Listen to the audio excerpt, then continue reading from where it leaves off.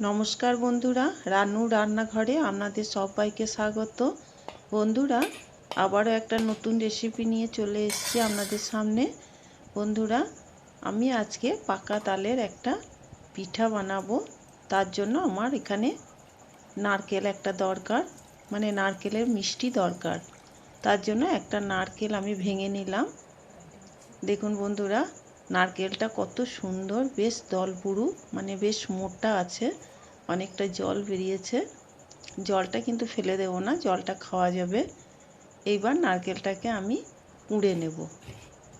তো বন্ধুরা, আজকে আমি বানাবো পাকা তালের কদম ফুল পিঠা। তাহলে আপনারা প্রথম থেকে শেষ পর্যন্ত যেন অবশ্যই ভিডিওটা দেখবেন। আশা করি আপনাদের ভালো লাগবে। তো আমি পুরো নারকেলটাকে কুড়ে নেব। কুড়ে নিয়ে এটাকে আমি মিষ্টি বানাবো। এই নারকেলের মিষ্টিটা আমার এই পিঠাতে লাগবে। তো আমি নারকেলটা প্রথমে কুড়িয়ে নিই।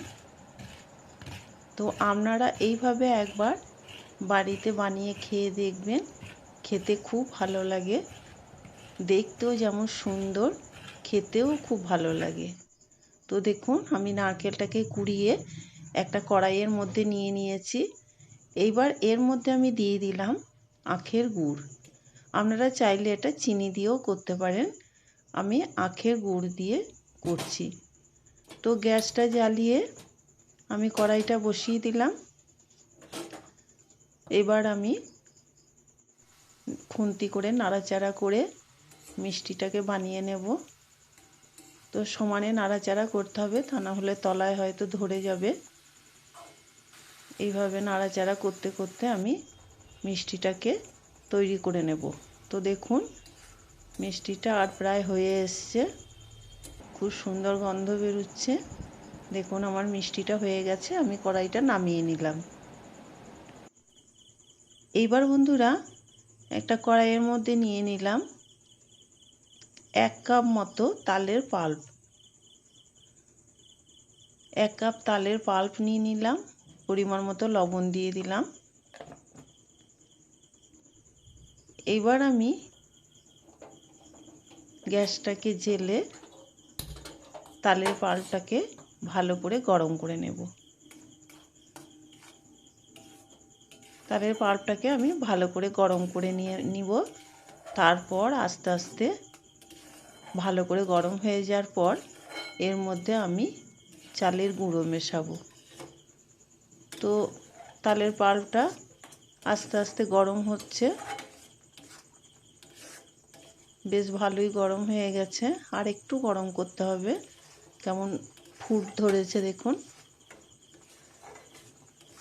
তো আমি তালের পাল্পটাকে বেশ ভালো করে গরম করে নিয়েছি। এইবার অল্প অল্প চাল দেব আর মাখাতে থাকবো। মাখাতে মাখাতে যখন বুঝতে পারবো যে আমার লেচিটা হয়ে এসেছে, তখন আমি আর চালের গুঁড়ো দেব না। তো দেখুন, আমি এইভাবে গ্যাসের ফ্লেমটাকে একদম কমিয়ে দিয়েছি, দিয়ে অল্প অল্প করে চাল দিচ্ছি আর নাড়তে থাকছি। তো আর একটু চাল দিলাম, একটু লাগবে, এতেই আমার হয়ে যাবে। আমি দেখুন লিচিটাকে তৈরি করে নিয়েছি। এবার একটা থালার মধ্যে ঢেলে দিলাম। এটা একটু ঠান্ডা করতে দিলাম, না ঠান্ডা হলে মাখা যাবে না। আবার খুব ঠান্ডা হয়ে গেলেও হবে না, একটু সামান্য গরম থাকতে থাকতে এটাকে মেখে নিতে হবে। তো বন্ধুরা দেখুন, একটু সামান্য গরম আছে, তো আমি ওটাকে মেখে নিয়েছি। এবার ওখান থেকে অল্প অল্প করে নেব আর হাতের তালুতে এইভাবে গোল করে দিয়ে প্রথমে একটা বাটির মতো শেপ দেব। তারপর যে নারকেলের মিষ্টিটা আমি বানিয়ে রেখেছিলাম, সেখান থেকে অল্প করে মিষ্টি নিয়ে আমি মাঝখানে পুর দেব।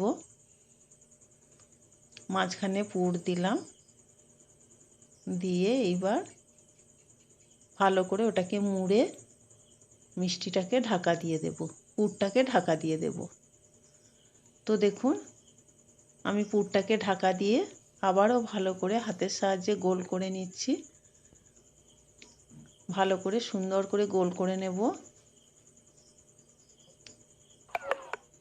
খুব সুন্দর করে দেখুন আমি এটাকে গোল করে নিয়েছি।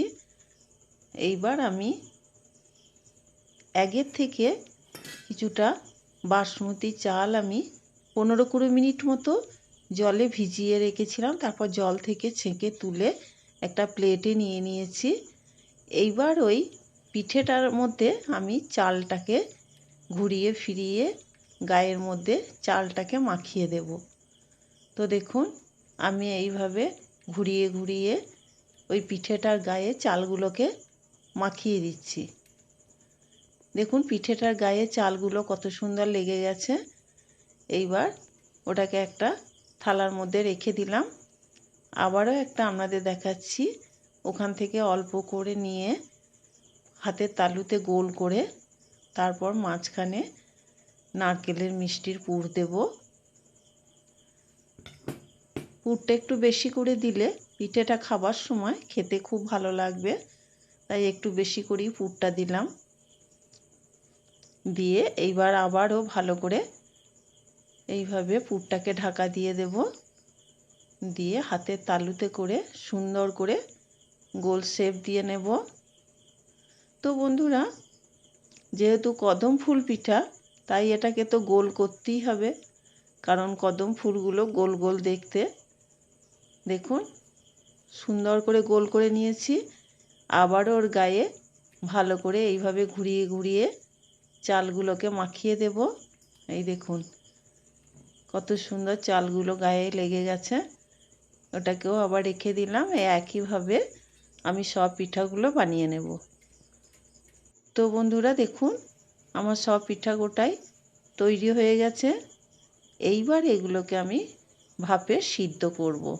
তো এখানে একটা ডেকচিতে আমি জল বসিয়ে দিয়েছি। জলটা খুব ভালোভাবে গরম হয়ে গেছে। এবার ওর মধ্যে একটা জালি বা ফুটো থালা একটা বসিয়ে দিলাম। ওর ওপরে এবার থালাটার ওপরে একটা একটা করে পিঠেগুলোকে সাজিয়ে দেব। তো সব পিঠেগুলোই আমি একটা একটা করে ওর মধ্যে সাজিয়ে দিলাম। দিয়ে এবার একটা ঢাকনা দিয়ে এটাকে ভাপে সিদ্ধ হতে দেব। তো বন্ধুরা সিদ্ধ হওয়ার পর আপনাদের দেখাচ্ছি। বেশ কিছুক্ষণ পর আমি ঢাকনাটা খুলে নিচ্ছি, দিয়ে আপনাদের দেখাচ্ছি পিঠেগুলো কেমন হয়েছে। এই দেখুন বন্ধুরা কত সুন্দর হয়েছে দেখুন দেখতে, কতটা লোভনীয় হয়েছে দেখুন বন্ধুরা। খাওয়া তো আছেই, তার আগে দেখতে দেখুন কত সুন্দর হয়েছে। এইবার পিঠেগুলোকে আমি নামিয়ে একটা প্লেটের মধ্যে নিয়ে নিলাম। দেখুন বন্ধুরা কত সুন্দর লাগছে দেখতে। দেখতে যত সুন্দর খেতেও তত সুন্দর।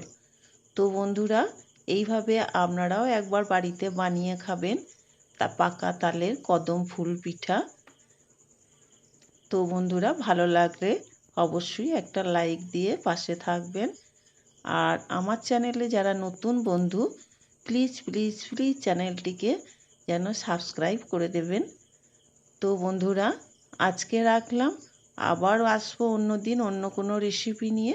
ততক্ষণে ভালো থাকবেন, সুস্থ থাকবেন। নমস্কার।